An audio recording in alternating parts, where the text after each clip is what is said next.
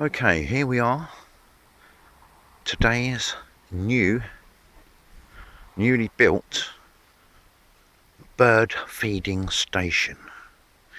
It is comprised of an old washing line, which I found over the road. Someone was throwing out, stuck that in a hole. But now I have 3 dangling bird trays. That one's got sunflower seeds and peanuts. This one's got breadcrumbs and peanuts. And this one round here is open for pigeons and blackbirds with old bit of potato, suet pellets, old peanuts and breadcrumbs. So that one's open.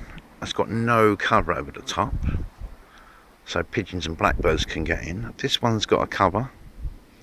Maybe blackbirds can get in there probably. And this one, only small birds can get in there. So there we go. We'll see what happens. I shall come back with further updates. Toodle pip.